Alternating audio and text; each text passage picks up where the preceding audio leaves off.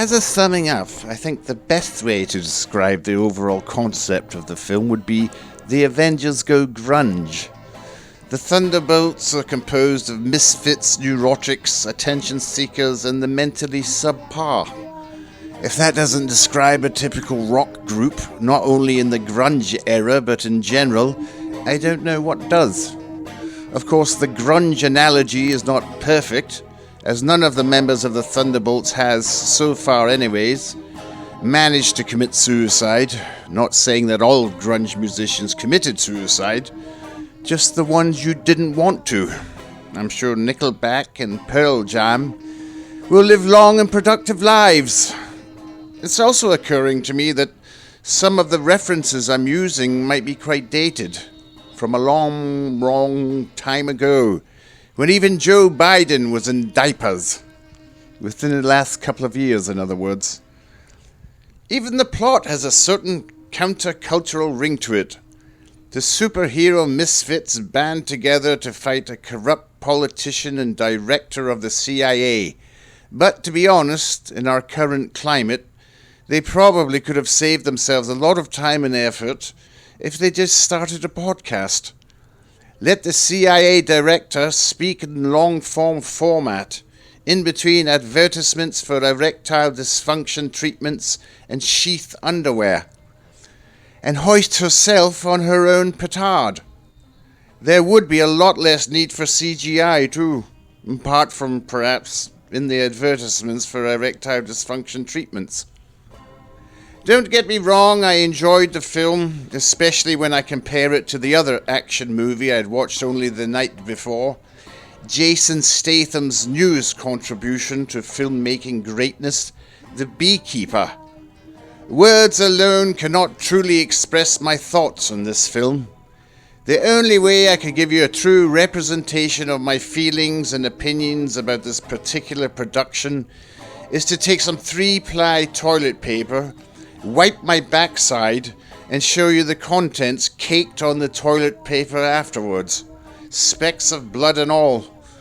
That fecal matter would, in physical form, be a summation of my considered and unbiased review of this $162 million at the box office earning cinematic jewel. The thing is, I like Jason Statham.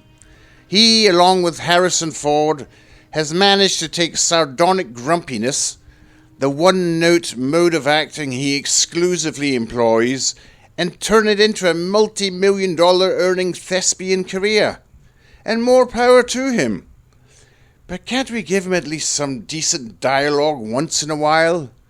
He's already proved he's more than capable of delivering witty, sarcastic dialogue in the films he appeared in when he was first starting out, such as Lock, Stock and Two Smoking Barrels, Snatch, Beaver, Spam Folder, Triumph of the Will, and of course, Two Guys, One Cup. You're wasting your talent, Jason. We forgave your male pattern baldness a long time ago, but these pony and trap movies are really starting to stack up. But back to Thunderbolts. There are quite a few elements that separate it from a run-of-the-mill superhero flick.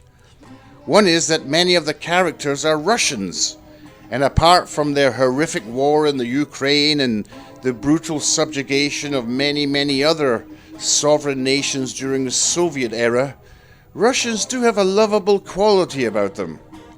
As a British person, I would say they could even give the people of the British Isles a run for their money when it comes to being cynical, depressed, negative, and life-enhancingly miserable.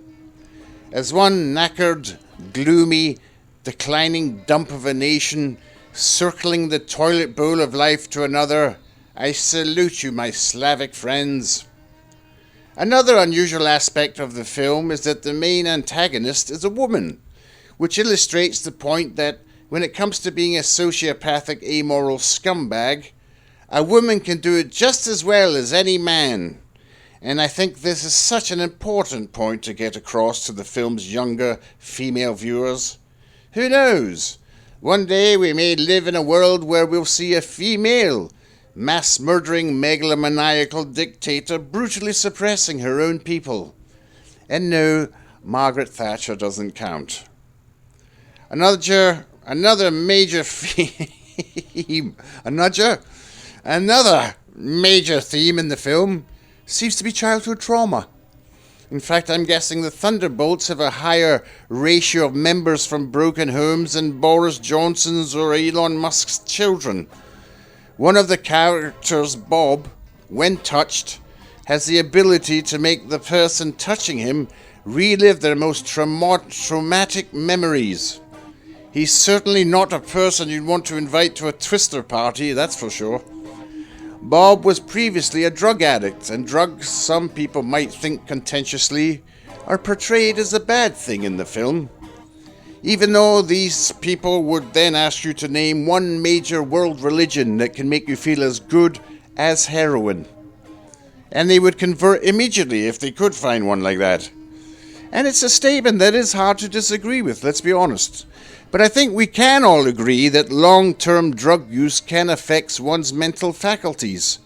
How else can you explain Lou Reed's 1980s and 1990s mullet? Anyway, Bob eventually has a mental breakdown and his superpowers invert and turn him into a giant entity made entirely of negative emotions. Imagine a superhero version of someone who works for the tax office. So Yelena has to journey into the dark recesses of his mind, which is portrayed as a forbidden and sepulchral attic for some reason. I'm not sure why attics are considered such scary places. I know I spent many pleasant hours in a lovely attic with my Uncle Stevie. I mean, he wasn't my real uncle, he just liked me to call him that, and what can I say? The money was good. Such memories. This was last year, by the way. Anyways, I shan't give away any more of the plot, mostly because I'm tired of typing and I want to drink alcohol. So I'll keep this short and sweet. It's a superhero movie that straddles the generations. It touches on issues that have resonance nowadays, and it's well acted, well made, and fun to watch. But it's still not as good as Heroin. The end.